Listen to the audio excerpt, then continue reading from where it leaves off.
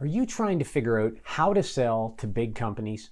Maybe you're stuck with the gatekeeper. Maybe you can't figure out who the final decision maker is. Heck, maybe you don't even know how to find a big company. What I'm going to share in this video are some key strategies that you need to deploy in order to be effective at selling to big companies. Hey, make sure you hit that subscribe button below so you can stay up to date on all of the videos that we release. Typically there's one each and every week, and you can hit the bell so you can be notified as soon as it comes out so you can be one of the first viewers and people to comment. And make sure you do comment down below if you've got any other strategies you'd like to add to how to sell to big companies. Hey, I'm Shawn Casemore. I want to thank you for joining me. I've been studying top sales performers for nearly 20 years. Selling myself, started door to door at age 11, which means I started a long time ago. And I want to talk to you today a little bit about selling to big companies because it's something that I've done for many years and work with a lot of companies and sales professionals on. And there are some key things that I find a lot of people miss when they're trying to sell to big companies, which makes that journey much more difficult and much harder. So with that said, let's jump in to how you can sell to big companies. Look, selling to big companies is hard. I get it. It's difficult, right? There's a lot of barriers. There's a lot of people. It can be very complex and take a lot of time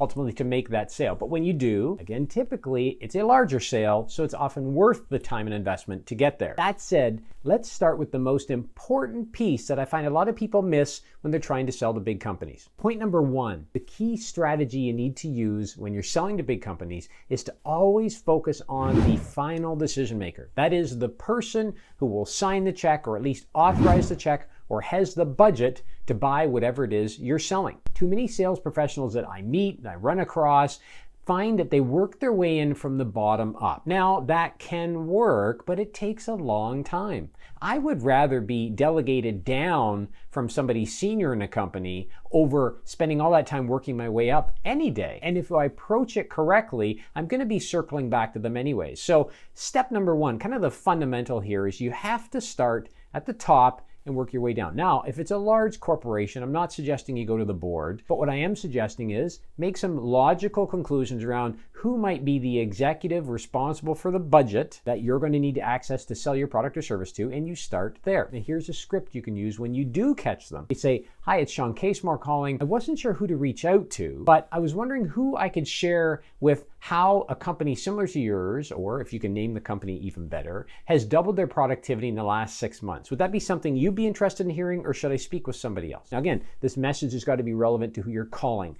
but always start at the top and work your way down. Strategy number two is really a follow-up to number one, because you're going to listen to number one, you're going to say, "Okay, Shawn, that's fine, that makes sense.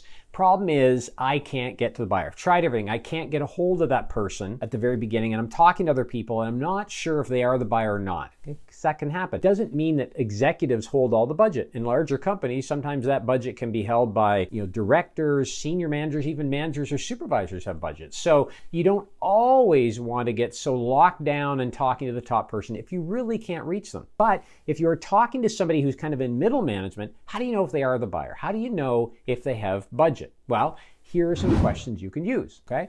Question number one, who will be the final authority or approval on moving ahead with this purchase? Or you could say, who has the budget to support this investment? Who will be deciding and ultimately signing the check and authorizing this purchase? You see, these questions start to flush out who the budget holder is, right? So what you're able to do with these questions is, if you've started at the top, you've been delegated down, or maybe you didn't get to the person, you tried your best, you ended up somewhere in middle management, not at the executive level, which is okay, then you really want to define, do they have the budget, or do I have to go back to that executive level to get the budget? And those questions I provided will help you get there. So use them, and note, they're very brief, closed-ended questions. It's hard for somebody to dance around that and not give you a direct answer, and that's the point.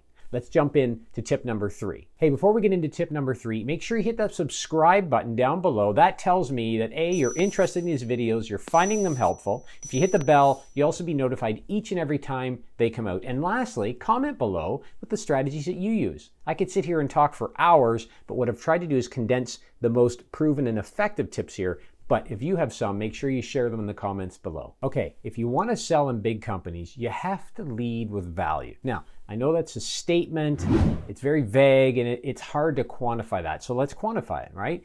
What do I mean by leading with value? Well, all these executives, all the people that are holding the budget, whether they're executive level or middle management, right? They're approached by people every single day trying to sell them something. You don't want to be approaching them to sell them something. I mean, they know that's what you're trying to do. If you think they don't, there's something wrong with you, right? They know that already. So why don't instead you approach with offering them value? Now, you might say, how do I know what they value, Shawn? That's where I struggle. Well, you've probably heard me talk about the 5 levels of value. If you haven't, you'll find that in a previous video. But here's what you can do. Take your existing customers or clients, right, that you have a relationship with, presuming you do, and ask them some questions such as, if I was going to approach you right off the street, you didn't know me at all, what would get your attention? What would you value? What could I offer you that would make me stand out from my competitors, right? You can collect that information directly from your current customers, who will be very similar to your prospective customers, and then you apply it.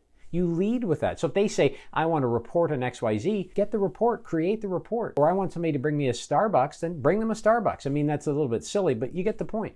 Ask your current customer or client base what they value, and then in turn, you use that to attract and appeal to your prospective client or customer base, right? You're targeting your buyers with value that other buyers already appreciate. Now, if you don't have some existing customers or some existing buyers to have this conversation with, work through your manager, work through coworkers, have them ask the question. Maybe you can sit in on a call or in a meeting with them and ask that question yourself. Just give them a heads up you're going to do this, and you really ask it just as I did. I'm new here. I'm really trying to build my book of business. Clearly, there's already a relationship with you and our company. If I was contacting you and you didn't know me or the company, what would you find of interest, of value? What would get your attention? That becomes your intel to build your value approach on for new potential buyers. All right, next strategy here that I want to share with you is about being collaborative. So I've talked a lot about focusing on the buyer, focusing on the person that has budget, how to find them, how to get to them, how to reach them, how to add value. But here's the thing. You are going to have to work with other people. If you look at recent studies that have been done by Gartner, they've talked all about the fact that decision-making in larger companies is highly complex. There's a number of people involved. It's no longer one person necessarily. Although they might have the budget, they're looking to others, typically groups, to support that decision that they want to go forward with. So you are going to have to work with others, speak with others, do presentations to others. So you have to be collaborative. What I mean by that is, if you are delegated down to speak to others and your buyer's not around, make sure you leave a good impression, because these people do have the ear of your buyer. And if they come back and say, well, Shawn was a jerk, or he didn't know what he was talking about, that's not good. So don't, avoid these people. Be collaborative, work with them, ask them questions that maybe your buyer won't offer, such as, hey, one thing I'm trying to figure out here is what kind of budget, do you know what kind of budget you've spent on these kind of solutions in the past, right? You can gain intel from them that your buyer might not offer you at the beginning of the relationship, such that then you can use in building out your proposal and your offer to your buyer in the company. So be collaborative. You can learn a lot from it. You can build relationships, and ultimately it will help you make that sale. Okay, the last tip, kind of along the same lines of being collaborative, is be ruthless, not rude. I say that again. Be ruthless in finding that buyer and seeking out the person that will have the final approval of what you're selling. But don't be rude. Don't step on people. Don't get ticked off of people. I had an experience myself where I was able to, every day I would go to meet this gentleman when I was in New York traveling with some clients, and I would stop by. I wanted to meet the owner of this business, and every day I was there, he was apparently unavailable, and I'd see the lady at the front desk who was, I think, his executive assistant, and she'd, no, sorry, he's not available today. And I tried over and over. So about the third or fourth time, I brought her in a coffee, and I gave her a coffee, and he wasn't available. And the next time I brought her, I said, is that coffee good? Do you want something in it? She said, well, I prefer cream. So the next time I came down, right, about a month and a half later, I brought her a coffee with cream. I started to talk to her, started to build a rapport. And then eventually she started to share with me. And then eventually she introduced me to the buyer. Now, is that going to work in every case? No, it's not. Okay. And, buying people coffee isn't always the way to go. Some people don't like coffee. But the point is, you want to make sure that you're ruthless in pursuing your buyer. Don't give up on finding out who they are and reaching them. However, don't step on people to get there. Don't push people off, because if you do, they already have a relationship with your buyer, right? And it's not going to help you when the buyer finally does meet you,